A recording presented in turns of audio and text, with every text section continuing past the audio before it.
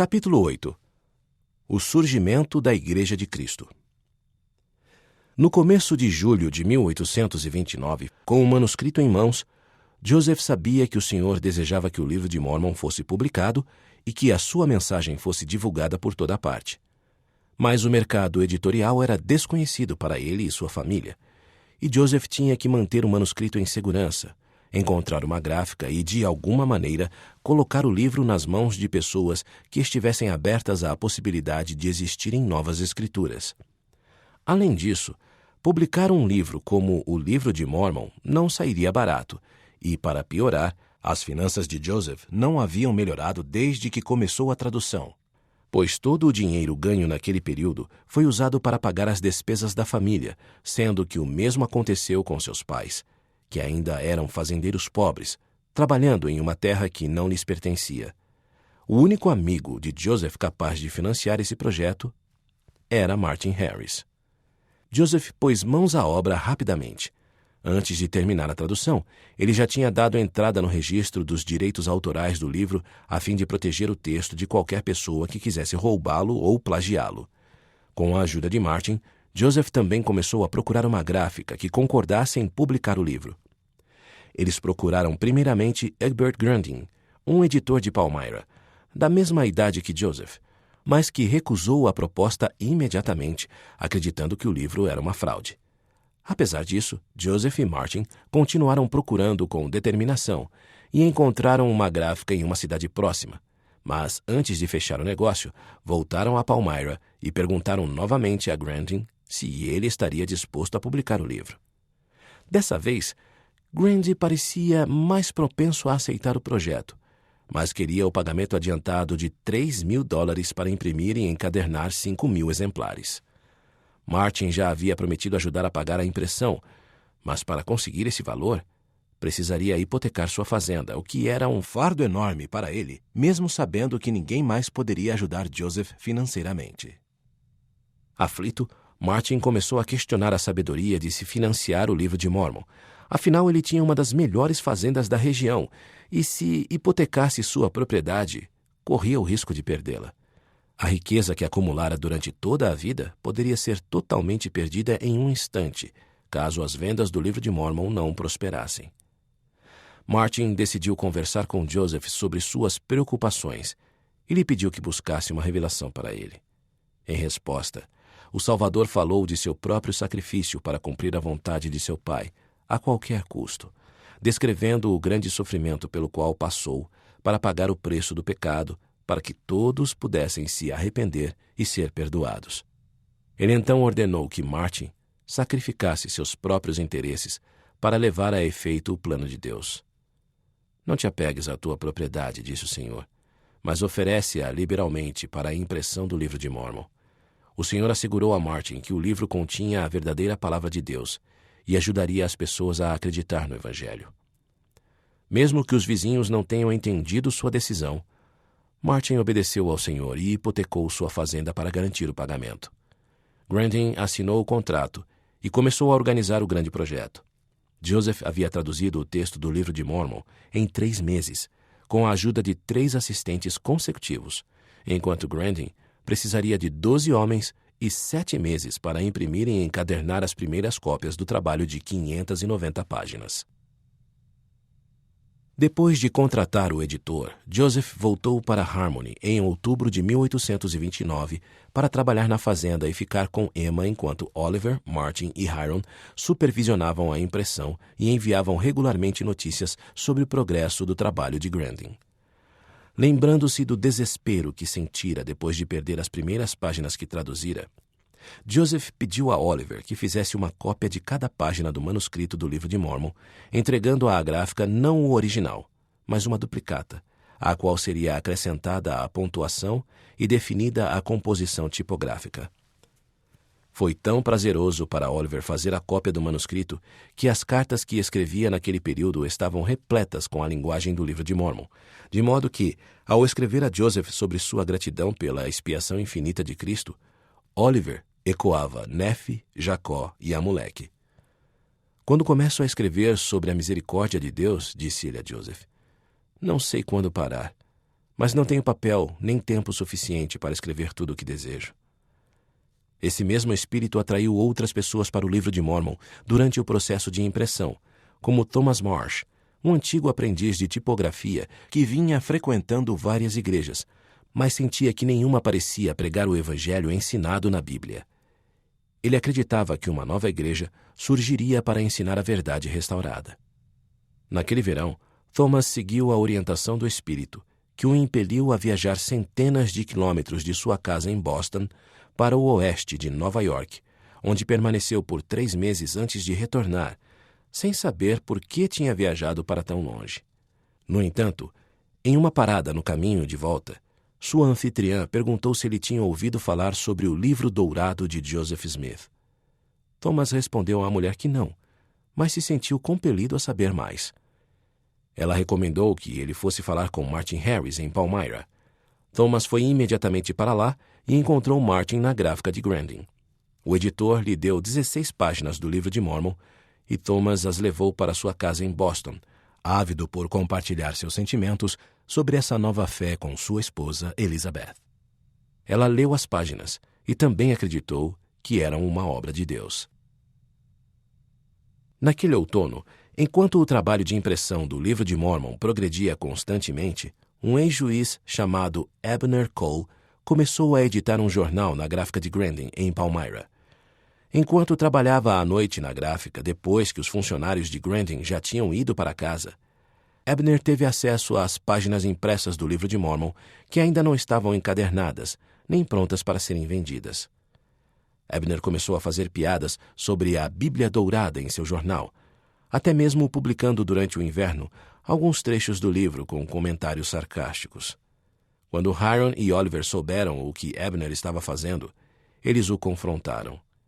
"Que direito você tem de imprimir o Livro de Mórmon dessa maneira?" inquiriu Hiram. "Você não sabe que temos os direitos autorais?" "Isso não é da sua conta", respondeu Abner. "Contratei a gráfica e vou imprimir o que quiser." Hiram, por sua vez, contestou. "Eu o proíbo de imprimir qualquer outra parte do livro no seu jornal." "Não me importo", respondeu ele. Sem saber o que fazer, Hiram e Oliver avisaram Joseph em Harmony, que voltou para Palmyra imediatamente e encontrou Abner na gráfica, casualmente lendo seu próprio jornal. "Parece que você trabalha duro", disse Joseph. "Como vai, Sr. Smith?" Abner respondeu secamente. "Sr. Cole", disse Joseph, "o Livro de Mórmon e o direito de publicação pertencem a mim, e eu o proíbo de se intrometer com eles." Abner tirou o casaco e levantou as mangas da camisa. "Quer brigar?" ele vociferou, batendo os punhos um no outro. "Se você quer brigar, pode vir." Joseph sorriu. "É melhor você vestir seu casaco", disse ele. "Está frio, e não vou brigar com você." E calmamente continuou. "Mas você precisa parar de imprimir meu livro." "Se você acha que é melhor do que eu", disse Abner, "tire seu casaco e venha."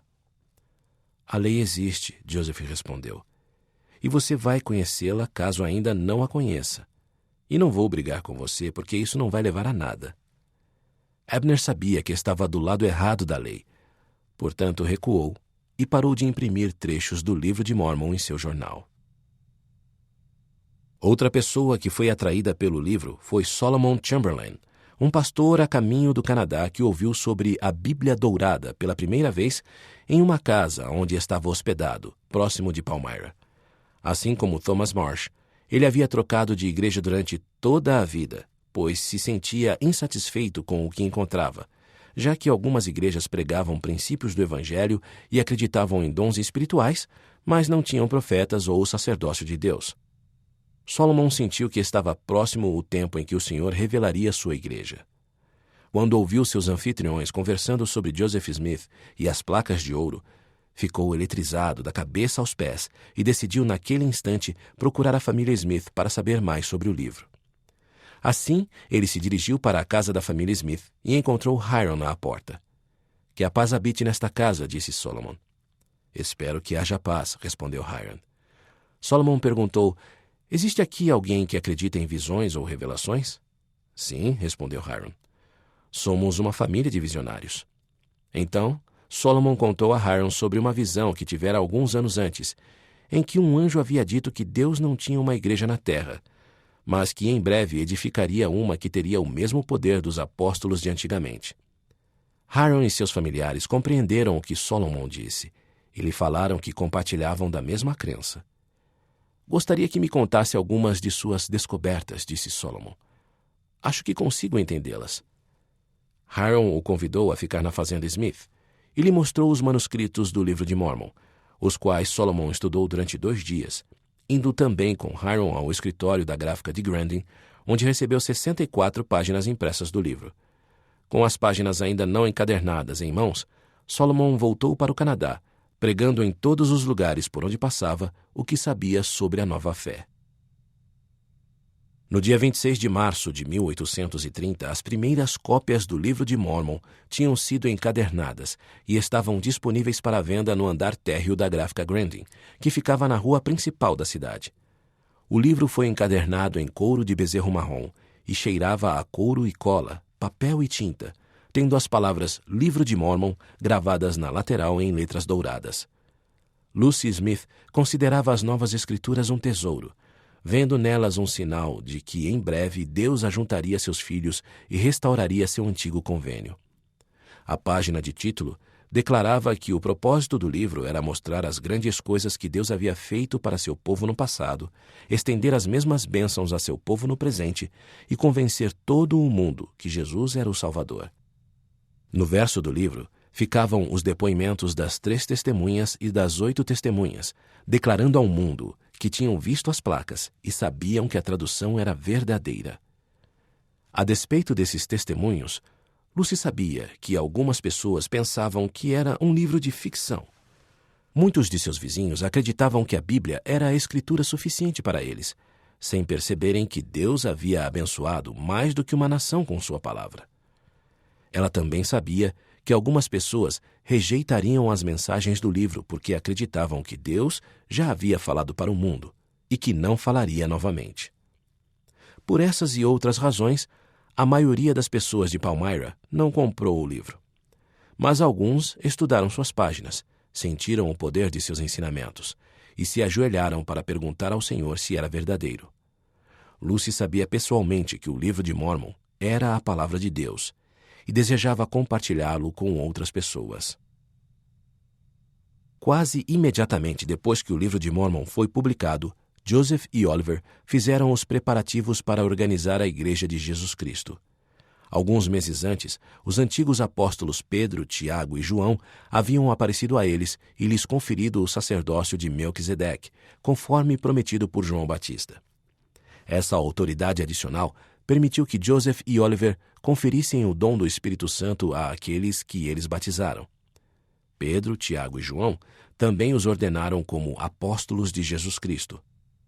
Também naquela época, enquanto permaneciam na casa da família Whitmer, Joseph e Oliver oraram por mais conhecimento sobre essa autoridade, e em resposta, a voz do Senhor os instruiu que ordenassem um ao outro como élderes da igreja, mas só depois que os membros consentissem em segui-los como líderes da Igreja do Salvador.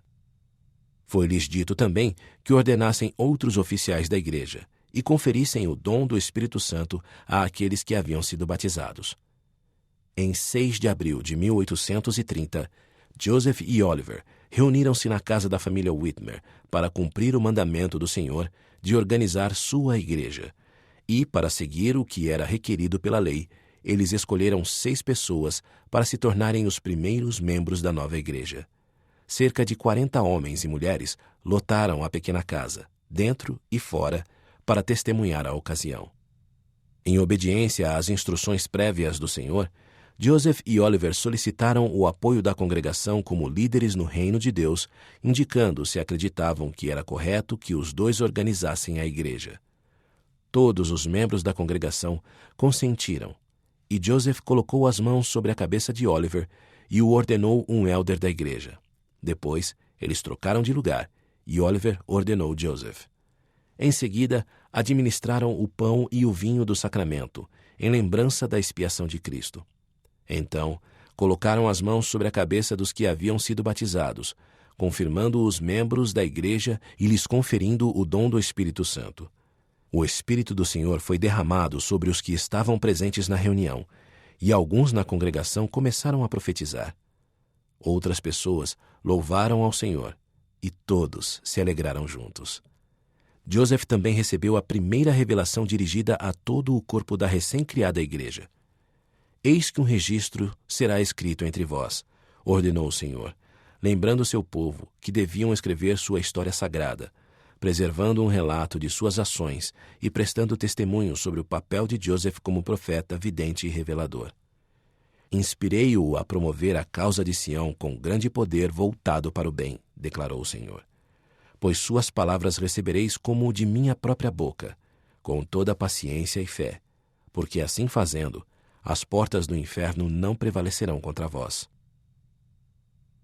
Depois da reunião, Joseph ficou ao lado de um riacho e testemunhou o batismo de sua mãe e de seu pai na igreja. Depois de anos trilhando caminhos diferentes na busca da verdade, eles finalmente estavam unidos na fé. Enquanto Joseph Sênior saía da água, Joseph o segurou pela mão, ajudou-o a voltar para a margem e os dois se abraçaram. Meu Deus! Clamou apoiando o rosto no peito do pai. Vivi para ver meu pai ser batizado na verdadeira Igreja de Jesus Cristo. Naquela noite, Joseph foi para um bosque próximo, com o coração cheio de emoção, pois queria ficar sozinho, longe da vista dos amigos e da família. Nos 10 anos desde sua primeira visão, ele viu o céu aberto, sentiu o Espírito de Deus e foi ensinado por anjos. Ele também havia pecado e perdido seu dom, para em seguida se arrepender, ganhar novamente a confiança de Deus e traduzir o livro de Mórmon por intermédio de seu poder e sua graça. Agora, Jesus Cristo havia restaurado sua igreja e autorizado Joseph com o mesmo sacerdócio que os apóstolos possuíam antigamente quando levaram o Evangelho ao mundo. A felicidade que sentia era grande demais para ser contida.